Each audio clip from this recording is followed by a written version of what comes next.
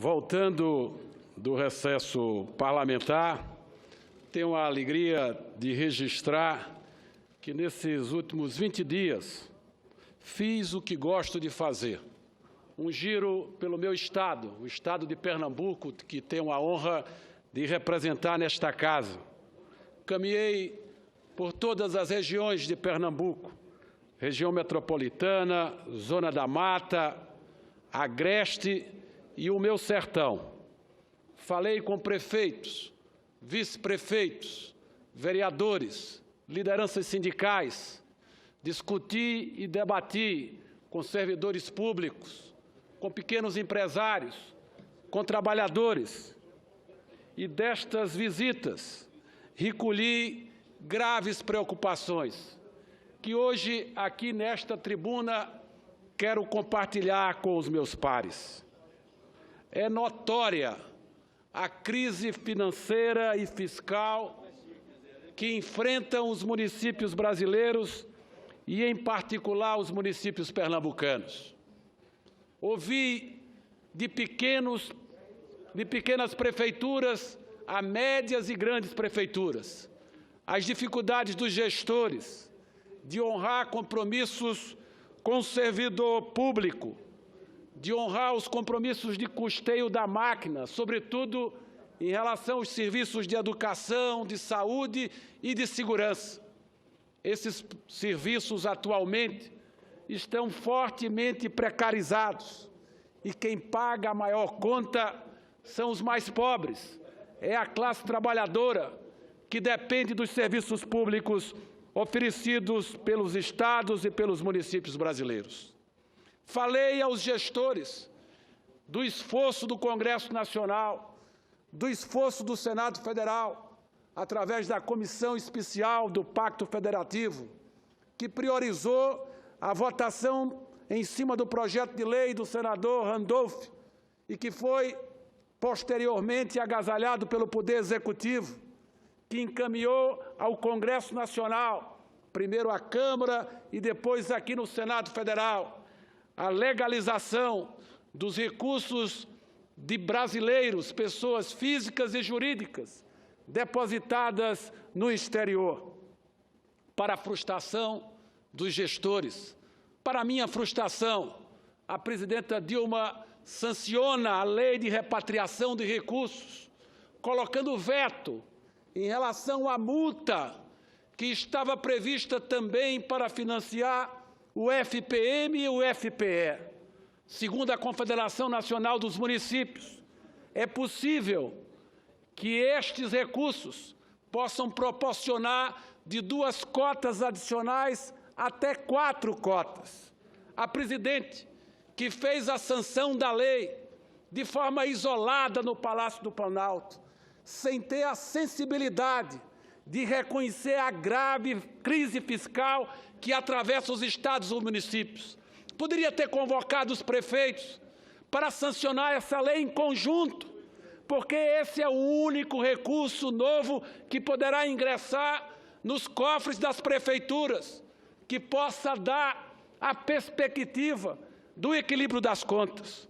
Portanto, quero aqui me comprometer, como já fiz com os prefeitos do meu estado, dentro da comissão especial, dentro da minha bancada do Partido Socialista Brasileiro, junto aos meus pares nesta casa, temos que criar um movimento pela derrubada deste veto, porque a proposta da presidenta é que os recursos da multa possa custear ou possa servir de funding para o fundo de compensação que permita a unificação da alíquota do ICMS. Ocorre que os estados estão desinteressados em relação a esse fundo de compensação, porque os recursos oferecidos são muito poucos, face aos benefícios que hoje os incentivos fiscais proporcionam aos estados do Norte, Nordeste e Centro-Oeste. Portanto, é preciso que esta casa possa, em defesa do equilíbrio federativo, poder derrubar o veto presidencial e assegurarmos recursos que possam permitir o equilíbrio das contas de estados e municípios brasileiros. Por outro lado, como nordestino, como pernambucano, tendo sido secretário de Desenvolvimento Econômico do meu estado, no apagar das luzes do ano passado, na última reunião do Conselho Monetário Nacional, presidido pelo ex-ministro Joaquim Levy, o Conselho Monetário Nacional decidiu rever as taxas de juros dos bancos públicos federais. Quanto a isso, nada a dizer. Mas quando a decisão sai, quando se impõe ao Banco de Fomento do Nordeste brasileiro, que é o Banco do Nordeste, que administra os recursos do Fundo Constitucional do Nordeste, quando se impõe ao BASA, que é o Banco de Fomento da Amazônia, quando se impõe ao Banco do Brasil, que administra os fundos constitucionais do Centro-Oeste, impondo que as taxas de repasse desses financiamentos sejam superiores. Vejam bem, senhoras e senhores senadores, os juros que estão sendo oferecidos este ano para os financiamentos contraídos perante os fundos constitucionais são superiores àqueles que são oferecidos pelo Programa de Sustentação do Investimento do BNDES. Isso é mais um tiro no equilíbrio da federação. Isso é fazer tábua rasa em relação à política de desenvolvimento regional. Não podemos aceitar. Vai aqui o meu apelo ao ministro Nelson Barbosa, que na primeira reunião do Conselho Monetário Nacional possa rever essa decisão. O Nordeste não aceita, Pernambuco não aceita que os recursos do Banco do Nordeste, para poder beneficiar a indústria, o comércio e a agricultura do Nordeste, sejam praticados taxas de juros superiores à taxa do BNDES. Não podemos aceitar isso e precisamos aqui, de novo, fazer uma forte mobilização das bancadas do Nordeste, do Centro-Oeste e do Norte, para exigir que o Conselho Monetário Nacional possa rever essa medida. E quero, aqui, ao encerrar, senador, essas minhas... Posso ouvir a palavra do senador Moca e depois da senadora Fátima Bezerra. Senador Fernando Bezerra, quero me somar, você é o objetivo, a senadora Fátima também tem essa oportunidade, me somar a esse pronunciamento, já de imediato me colocar à disposição para que a gente possa cerrar a fileira. É realmente inadmissível. E esses fundos constitucionais, eles foram criados exatamente com a finalidade de estimular o fomento, o investimento, sobretudo nessa área da indústria, do comércio e da agricultura. E isso, lá para a região Centro-Oeste, em especial para o meu estado do Mato Grosso do Sul, é fundamental. Agora, com juros nessa altura, é você ter o dinheiro e impedir que ele seja usado para estimular o desenvolvimento e o crescimento dessa região. Então, eu parabenizo pelo pronunciamento, me somo aos seus argumentos e me coloco à disposição de Vossa Excelência para que possamos juntos cerrar a fileira contra isso que está acontecendo. Senador Moca, eu vou dar mais um dado. Os dados foram liberados agora no final do mês de janeiro. O volume de financiamento feito pelos bancos privados o ano passado no Brasil caiu mais de 3%. E o aumento do financiamento dos bancos públicos federais foi de apenas 0,8%. Com esses juros, o dinheiro dos fundos constitucionais não terão tomadores. Nós estamos vivendo uma crise aguda, e a crise começa a pegar muito fortemente a minha região, o Nordeste, o setor da indústria, o setor do comércio e do agronegócio. E com essas taxas de juros exorbitantes que estão sendo impostas ao Banco do Nordeste, nós vamos ter severos prejuízos na geração de emprego e na manutenção do emprego. Portanto, eu agradeço a Vossa Excelência a sua solidariedade e o seu apoio a essa iniciativa. E ofereço a oportunidade à minha companheira, a senadora pelo Rio Grande do Norte, Fátima Bezerra. Senador Fernando Bezerra, assim como o senador Moca, igualmente, para cumprimentá-lo pelo pronunciamento, com a clareza, com a objetividade e com a legitimidade que você tem, senador Fernando, Coelho, de tratar um tema desse, né, pelo quanto da sua trajetória, ministro de Integração Nacional que foi, nordestino, pernambucano, portanto, um profundo conhecedor, né, dos desafios e dos problemas da nossa região. Quero, de forma também muito objetiva, dizer que o caminho a ser adotado é o que o senhor está sugerindo aqui. A Frente Parlamentar do Nordeste, formada inclusive por senadores e por deputados federais, mais do que nunca agora tem que se mobilizar. Essa proposta precisa ser interditada imediatamente. É inaceitável, é inconcebível. Ora, nós estamos clamando, nós estamos o tempo todo colocando, inclusive, para o governo federal, para a presidenta Dilma, para acabar com essa história de aumentar a taxa de juros.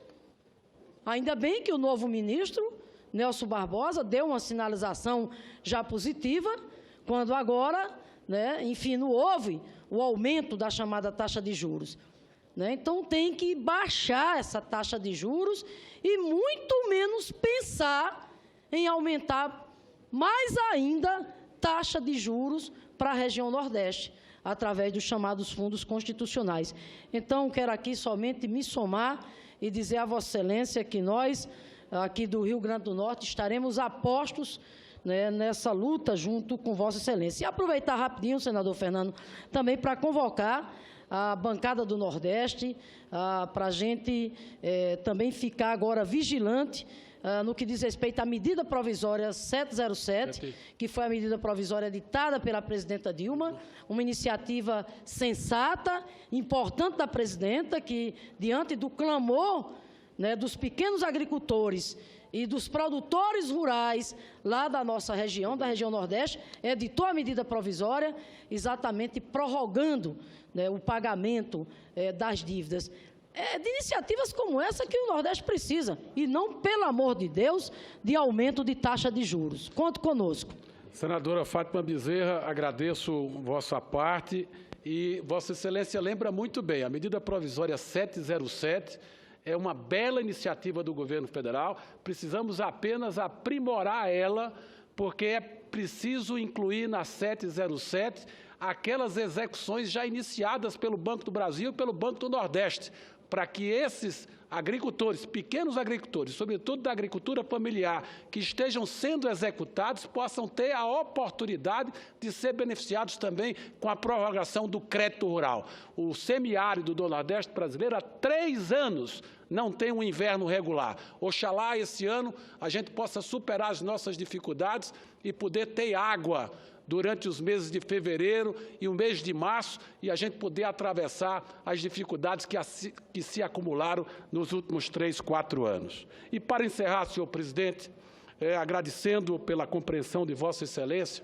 um outro problema que foi ressaltado e destacado durante as minhas visitas em todas as regiões do Estado. Em todos os municípios ouvi críticas, mas, sobretudo, na minha cidade, em Petrolina. Os serviços da empresa brasileira de Correios e Telégrafos, cartas, correspondências, estão levando mais de 25 dias, cartas da mesma cidade, serviços de funcionamento da rede bancária, cartas e avisos de empresas dentro da mesma cidade, levando mais de 20, 25 dias para chegar ao destinatário. A empresa brasileira de Correios e Telégrafos está vivendo uma situação crítica e os serviços prestados estão desejando e estão comprometendo a qualidade desse serviço, comprometendo a imagem dessa empresa, e eu queria fazer um apelo dessa tribuna ao ministro André Figueiredo, que pudesse verificar de que forma se poderia fazer uma intervenção para que se pudesse recuperar a qualidade dos serviços que vem sendo prestados, porque tem comprometido o desempenho das atividades econômicas no interior do Estado de Pernambuco. Era o que eu tinha a dizer, senhor presidente, muito obrigado.